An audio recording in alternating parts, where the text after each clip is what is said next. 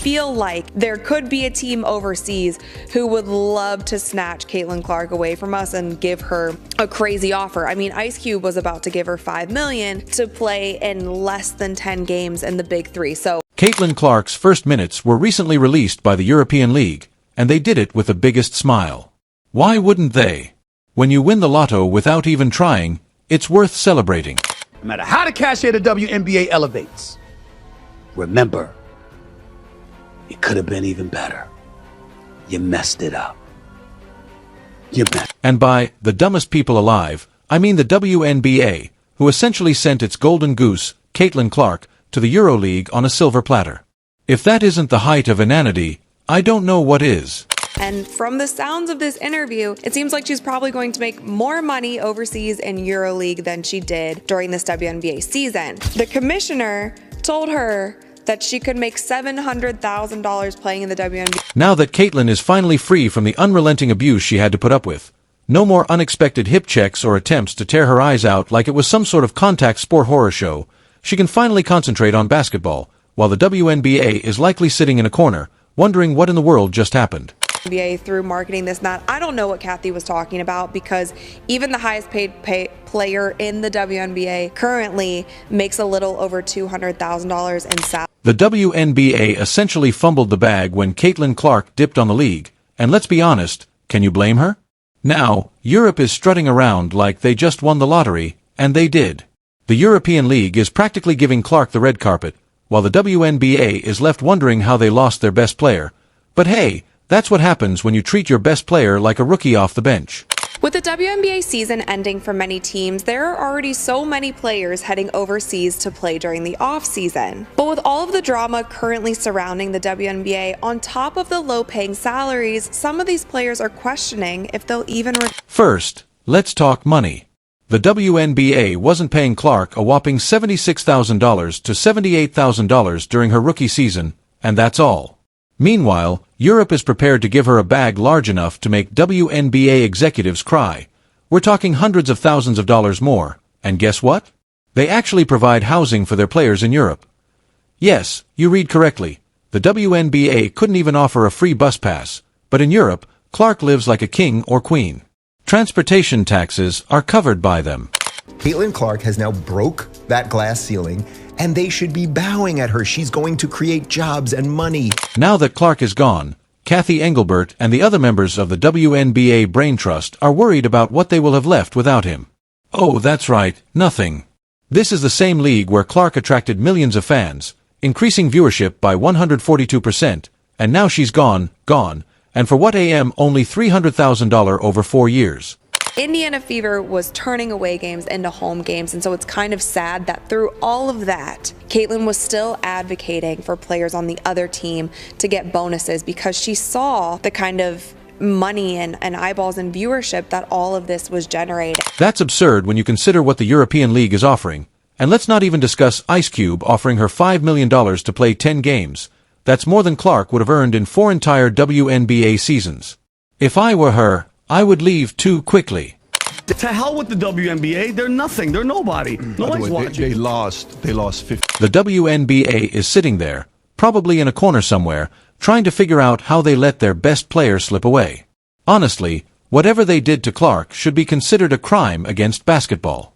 The WNBA fumbled so hard that it seemed like they were pleading with Europe to take her, and Europe couldn't be luckier if they tried.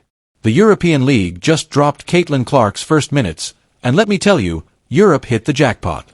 I understand she hadn't played in the league yet, but at least the popularity and the interest around it. Caitlin Clark is currently with them. The WNBA and Caitlin Clark are left with a huge void where their only talented player used to be. Oh, and let's not forget about the endorsements. Clark is not only going to score points on the court, she's also going to make a ton of money off the court. Europe is also in a completely different league when it comes to sponsorships and brand deals. Clark will be on every billboard from London to Paris. Meanwhile, the WNBA is over here, wondering what went wrong. How did you let Caitlin freaking Clark slip through your fingers? Europe didn't even have to try hard. They just gave her what she deserved. That sounds like a dream. Traveling around Europe, playing basketball. Like we went to Paris played in Paris for the EuroLeague Championship. Let's now discuss what Europe is getting in contrast to the WNBA, which essentially feels like the same old song and dance every game. The EuroLeague is a true competition, with top-tier talent from powerhouse nations like Russia, Turkey, Spain, and France competing against Clark. In Russia, there is no more soft WNBA nonsense. Instead, it's all about brute force, and I can't wait to watch her handle that. Next is Turkey, where the game is slick, fast-paced, and all about those quick plays. Forget about the novice plotting. Clark is about to enter a basketball masterclass. There could be a world where more of these private-owned EuroLeague teams, I could see some of these teams going after some of our star players in the WNBA. And if the money makes sense, if the business aspect makes sense, we could lose more players to playing overseas. And here's the thing. The EuroLeague emphasizes teamwork, accuracy, and real strategies. Can you picture Clark playing in a league where players don't just wait for one star to steal the show? She will need to adjust to the type of basketball that matters most. At this point, the WNBA may as well be a pickup game in comparison to what she will be experiencing in Europe. People don't always share all of the good things that they're doing, and Caitlin by no means had to do that. Not to be overlooked is the Euro legends like Diana Taurasi and Brianna Stewart flourished here before the WNBA even existed, and Clark is set to carry on that tradition, but she will do it better. Clark is entering basketball royalty, and the WNBA can only observe from the sidelines and speculate about what might have been. Russia paid Diana Taurasi at that time $1.5 million salary to play in Russia. Now, at the time in the WNBA, the salary, like the highest salary in the league, was $107,000. And the fans, oh, they're giddy.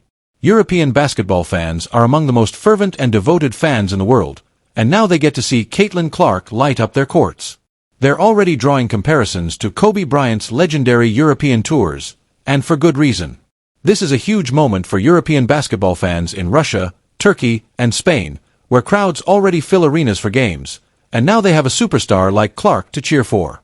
Meanwhile, WNBA fans in the US are stuck watching what exactly would happen without Clark. She was getting all of that, yet all of these eyeballs were coming to the league because of her. The Indiana Fever was turning away games into home games. Speaking of the WNBA, let's talk about the impending viewership collapse. Clark alone attracted more viewers than the league has seen in years. Her Indiana Fever games drew an average of 1.18 million viewers each. To put that into perspective, the WNBA as a whole was only drawing 394,000 viewers per game, and Clark was more than tripling that. However, now that she is gone, no one is watching for anyone else. They were there for Clark and, without her good fortune, kept people interested. Okay, they have the highest audience they've seen in 24 seasons in the WNBA games. Televised games with Caitlin Clark's Indiana Fever averaged 1.18 million viewers compared to 394,000 for all other games. There were a record 22 games that averaged over 1 million. The evidence was already there. When Clark was not playing in the playoffs, the first game between the Aces and the Liberty drew only 929,000 viewers, compared to over 1 million when she was. The WNBA will feel the full impact of her absence, and they deserve every bit of it for allowing her to slip away. All of this just nonsense about things that Caitlin was doing wrong when, in my personal opinion, she was doing nothing but going out there and playing great basketball every. The WNBA has had its chance, but they really blew it. They put Clark in the same box as everyone else, slapped a tiny paycheck in her hand, and expected her to stay. She's a superstar, not just some role player they can toss around, and now that Europe has her, they're not letting go. Clark was the league's lifeline, and now she's taking her talents and the fans that came with them over to Europe. The EuroLeague already had a strong fan base, but now that's just the beginning. The European basketball scene is about to blow up, and Clark will be right at the center of it all. All of this just nonsense about things that Caitlin was doing wrong when, in my personal opinion, she was doing nothing but going out there and playing great basketball every night and ignoring the hate that was coming to her from all sides, not only from fans, but from competitors, coaches, all of. Enjoy your empty seats and depressing ratings, WNBA. Perhaps you'll know how to handle a player like Clark the next time, but wait, there won't be another chance. She is now Europe's treasure, so the WNBA can continue to lament it while the EuroLeague gets to see Clark break records and drop buckets. Well done, WNBA.